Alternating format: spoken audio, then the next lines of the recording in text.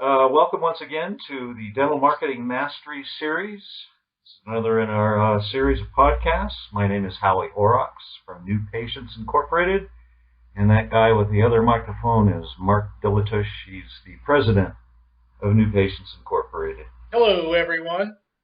Yeah, I think what we're going to do is we're going to quickly recap what we covered last week in our podcast about the two halves of the dental market. Mark, you want to recap? The two halves of the dental market. We could probably spend 5 podcasts just talking about the statistics behind how mom makes her decision on a healthcare provider. But we won't bore you with all the statistics and details and all the research and all the testing. What we will tell you is about half. It's actually like 48% and 52%, but about half of the dental market, half the moms, will choose a healthcare provider for their family based primarily on the communication stimulus of a deal. In other words, price, and price only. In other words, here's my deal, come on in, try me out as a dentist. About half the moms will respond positively to that. The other half absolutely positively will not. And actually, you may be alienating the top half of the dental market if you're using a lot of deals in your promotion. That's what we talked about last week. That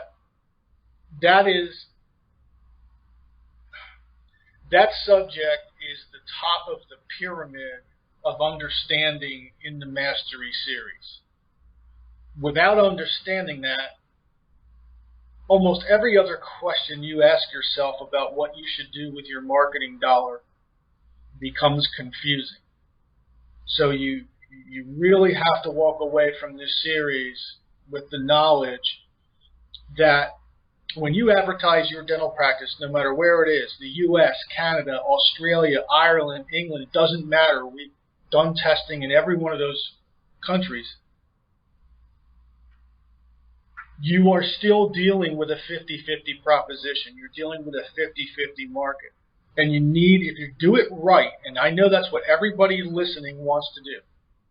Nobody listening is listening because they want to know how to do advertising wrong. You're all listening because you want to do a better job of advertising your dental practice. So this is a prerequisite. You have two halves that you're working on. Now this week, we're going to go into what the characteristics are of each half. In other words, what should you expect if you promote to the top? What should you expect if you promote to the bottom? And then we're going to talk a little bit about you specifically. What situation are you in? How much money should you allocate to the bottom? How much money should you allocate to the top? And then if you are going to allocate money externally of your practice to promote your dental practice, how do you target each half and how do you communicate with each half? So those are the subjects for this week or for this installment. So let's jump right in and go through the result characteristics of each half. And I want to remind everyone of one of my favorite guys in the world and his favorite quote. Howie, while I pour another cup of coffee, would you go through your favorite quote of all time? Well, there are so many to choose from. When we talk about offers, yes, your offer quote. Yeah, many dentists get very, very concerned about their offers, what the kind of deal they want to put forth, and it really comes down to this. It's kind of silly. It isn't that it's not important. It's just not very important in the overall scheme of things. So I always tell dentists, if your offer is your best foot forward, you really have no feet. And what that really means is don't be so damn concerned about the offer. Right. Have a little one or something like that initially to get the phone to ring, but in the broad scheme of things, you really don't want to promote price to the top half of the dental market. Right. Thank you. That's what I was looking for, is that no fee quote. And here's why, and this is the perfect segue to what to expect. So we have hundreds and hundreds and hundreds, probably thousands of clients over all the years who have used our stuff to promote their dental practices, and most of it worked, some of it didn't. That's just the nature of marketing. But over all those years, in all those countries, with whatever, 14 million impressions a month that we put out on the street, with all those tracking numbers and all that data coming in, here's what we know to be true. We know the bottom half, and this is really important, is knowing what to expect before you spend money on marketing it's kind of like being a genie. It's like being a magician. It's knowing what's going to happen. There's no mystery, right? That's wonderful. That's a wonderful place to be. So if you're going to promote to the bottom of the market, moms who will choose a healthcare provider based primarily on price, here's what you can expect. You can expect short-term increase in phone calls. You can expect a good solid volume of phone calls. You'll enjoy the volume of calls. You'll enjoy how much your phone rings. You can expect slightly higher missed appointments, new patient no-shows. You can definitely expect to kiss a lot of frogs. In other words, a small percentage, a lower percentage of these responders will actually follow through, accept your treatment, refer others, and stick to their recare.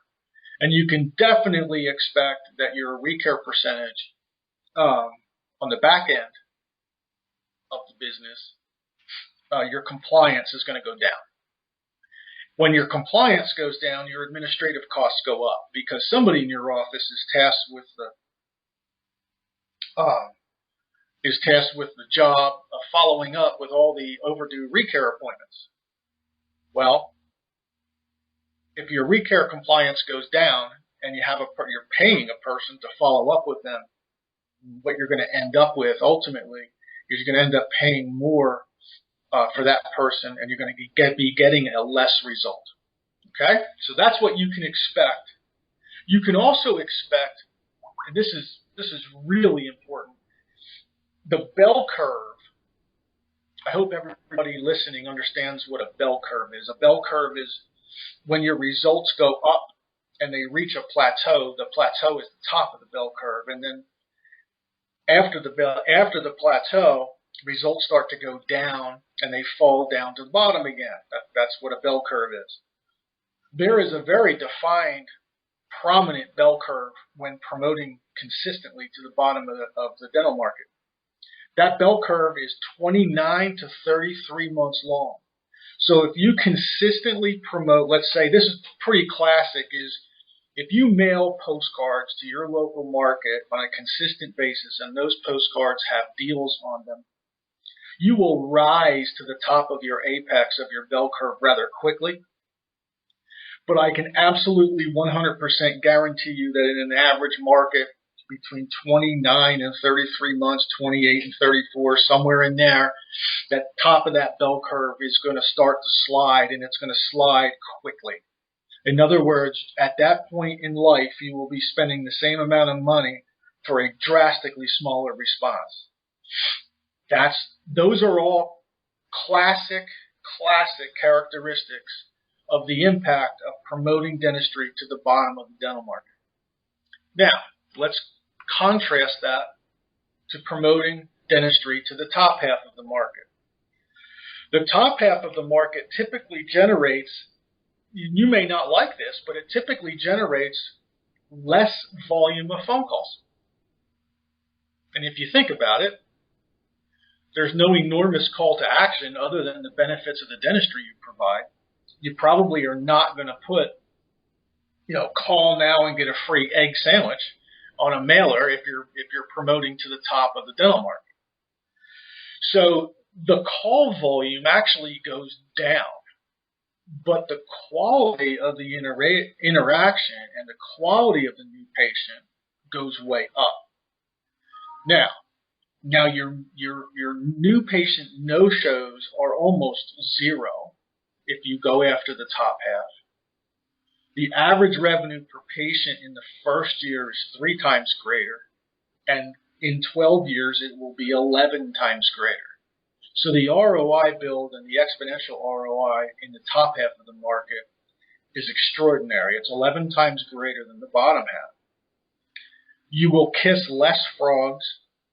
The doctor's schedule will start to schedule out because you will actually be doing dentistry to people who need it. Your recare person, whoever follows up with your recare, will now become your best friend, and they will be happier at their job position because more people will be coming in on your recare.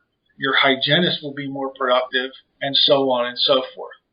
So the bottom line here is if you are right now tired of kissing frogs, tired of new patient missed appointments, wondering why you can't keep hygiene filled, pissed off at your hygienist because they're not as productive as they could be, and you don't know what your business administrator is doing with your recall list, chances are that if you're promoting to the bottom half of the dental market, you actually caused the problem.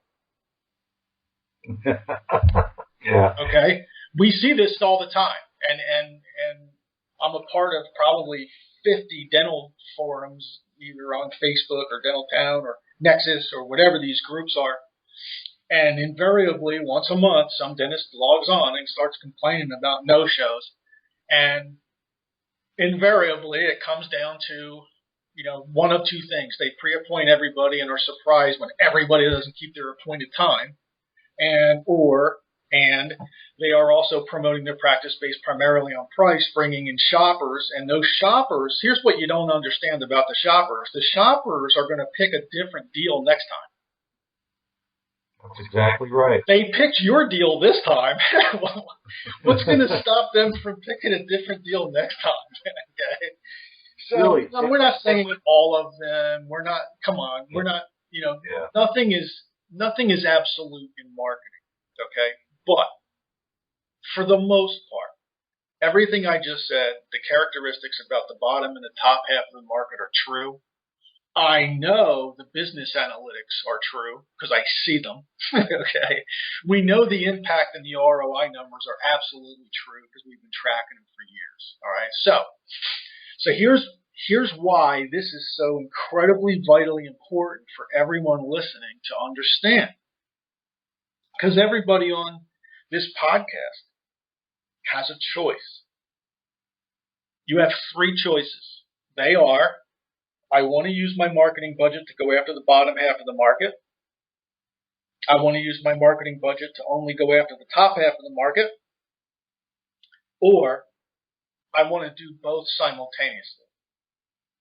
The third one is the advanced user. They go to the head of the class. But there's a lot involved with that. There's a lot of detail. There's a lot of things you have to do just right in order not to mess with your own results. Okay, so those are the characteristics of the top and the bottom half. Now we go to the question, which half should you go after? That's a very personal question based on your current capacity. We can't answer that question for everybody who's listening to this podcast.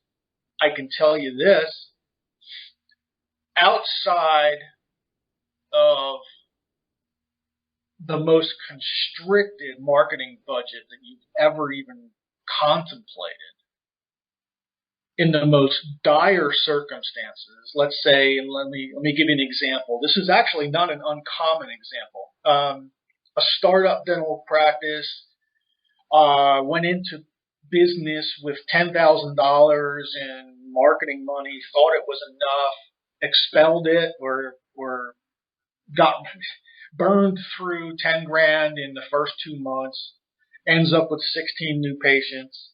And now what do they do? Okay, now they come and they say, well, what should I do? How should I market my practice? Only in those circumstances would we ever recommend pouring money into the bottom half of the market without pouring some money into the top. Almost every one of our marketing plans is all top or a combination of top and bottom. And our marketing plans, when they are a combination of top and bottom, it's because the top, we can predict the top is not going to generate the patient volume that the doctor is going to need because the doctor has a large amount of capacity to fill. Maybe they added chairs. Maybe they added a new dentist. Maybe they added hours just to their own schedule. Whatever. For whatever reason, the doctor's capacity expanded, and now it needs to be filled, and it needs to be filled in a short period of time. In those circumstances, we will promote to the top and the bottom simultaneously, fully understanding that when we hit capacity or when we get close to capacity, we're going to pull the money from the bottom and reallocate it to the top. It's also important to note that when we promote simultaneously, there are entirely different messages to each half. Well, we'll send the same thing to the lower half as we do to the upper half. Right, which gets us to targeting and communicating, which are our last two pieces of today's podcast. So, targeting. This is an interesting topic. We could probably spend, and we probably should actually, Howie, we should plan to spend one of these 30-minute podcasts on the intricacies of targeting and the characteristics of each media type. Because there's tons of dentists out there right now who are pouring literally millions of dollars into passive, untargetable media types. You can't target the internet. You could target Facebook, sort of, okay, but you can't target Google. You can't push your website to a targeted audience. You can't really, there's no other media type out there that you can do such a refined job of targeting than mail. And the cool thing about dentistry is that your dental practice is basically a local business. If you serve 90% of your customers probably come within a 15-mile radius of the center of the roof of your building. I'm sure there's some that come from 60 miles away, but the vast majority of your patients come from within a 15-mile radius. We joke all the time in our seminars, if we wanted to find left-handed midgets within a 6-mile radius of your practice, we could find them because we can target them. We can go into the database, which has almost limitless selection criteria, and we can target to only, and this is the key, only use your marketing dollar to present your communication to people who will most likely be a good match for your dental practice. I want you to think about that last paragraph that we just said. That's your other choices with your advertising dollar is to throw them all over the world and hope the targeted segment finds them. That's expensive as heck. That's like radio or TV. They don't call them broadcasts for nothing. You spread your message out way too far and to so many other people that aren't even ever going to be patients of yours. Right. That doesn't mean that we don't have radio clients, and it doesn't mean we don't have TV clients, because we do. Sure. Okay? Sure. But the vast majority of you, what you really want is you want to reach out to the local households who will most likely be a good match for your practice, and talk to them, and they will respond. Now, the only media type that you can do that with effectively or as effectively is direct mail. So when we talk about targeting, who are we targeting when we go after the top half, and who are we targeting when we go to the bottom half?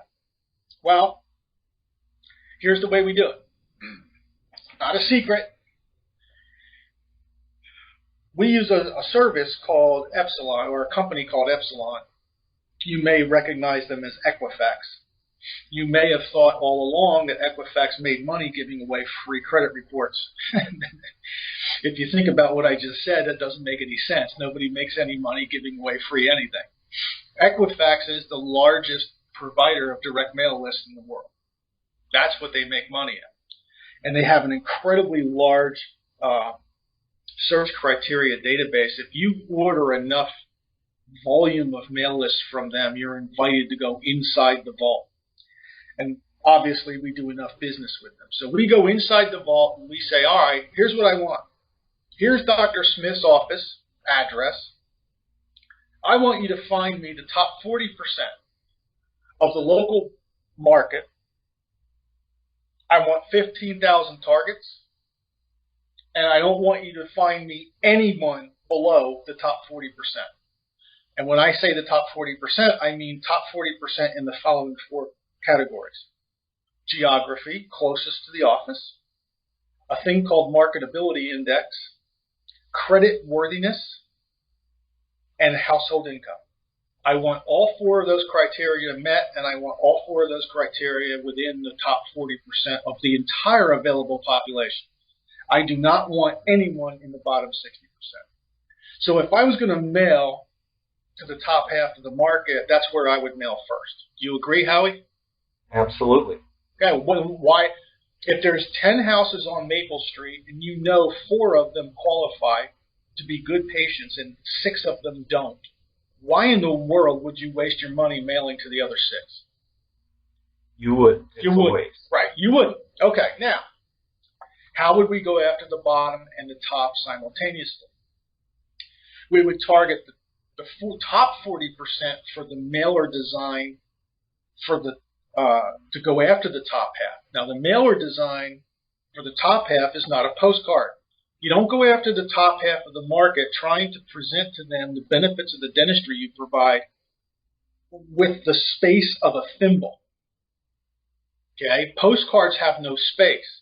They have just enough space to put Mickey Mouse, Donald Duck, and a couple of deals. You have no room on a postcard to present, make your case, talk about the wonderful benefits of the dentistry you provide. That half the market would be interested in if you would just talk to them about it. Okay. So we would target the top half, top 40% in those categories, and we would use to communicate with them a trifold, quadfold. If you got one in the mail, you would say, wow, this is a really nice office brochure. You would look at it and you wouldn't think it was a postcard, and you certainly wouldn't think it was cheap. Okay? Now, the bottom half of the market we would target differently. We would probably target that middle 30%, somewhere between 20 and 30%, up to 50, 60%. We would target that middle consumer in all the same 4 categories. Distance, marketability index, credit worthiness, household income. Now, here's why.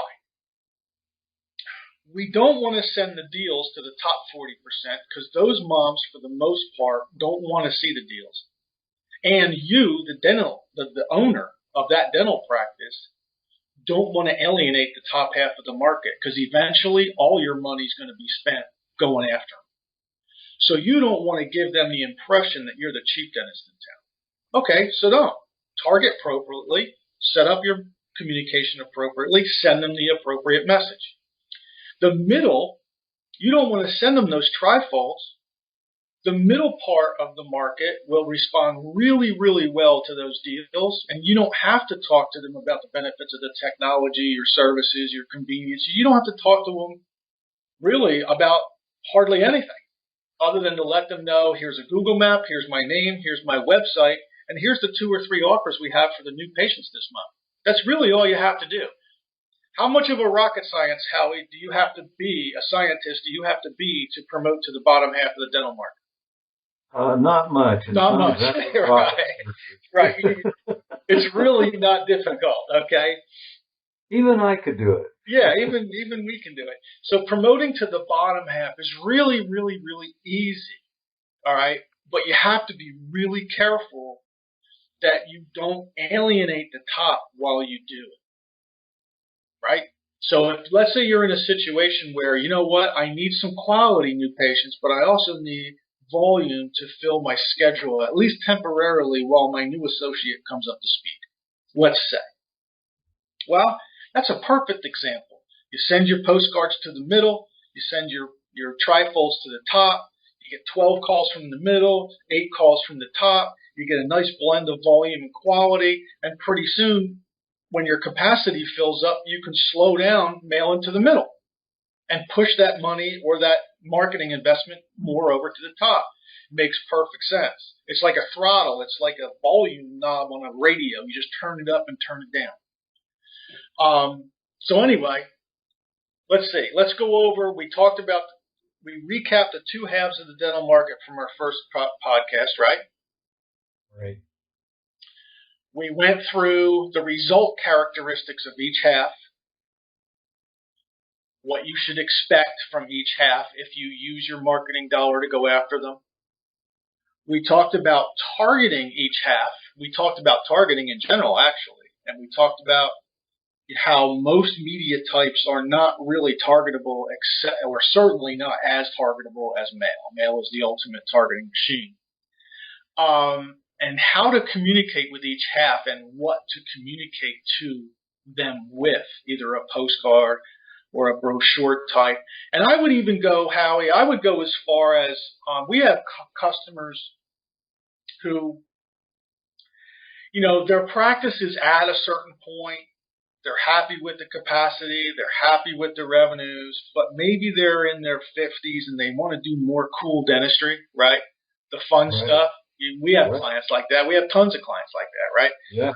So what we do in those cases is we target the top 10% and we send them 8-page magazines all about the practice. That's another way you can use mail to minimize your expense, maximize the possibility of a great return. Now, magazines, they don't hardly get any volume of calls, maybe 10 or 12 per drop. But the average revenue per patient off of them is astronomical. So you only need one, really, to cover an entire year or year and a half magazine campaign. So anyway, so those are the two halves of the dental market. What they mean or could mean to your practice when you make a decision on where to use your marketing dollar, how to target them, what to send them. It's not as simple as you think, but then again, it's not, when you think about it and when you talk about it, it's not really complicated. It's logical in its nature. Got anything else to add, Howie? No, I don't. I think our time is up for this week. I hope whoever's out there listening on whatever channel you're listening to us on will come back again and listen some more. All right. We'll talk to you next week.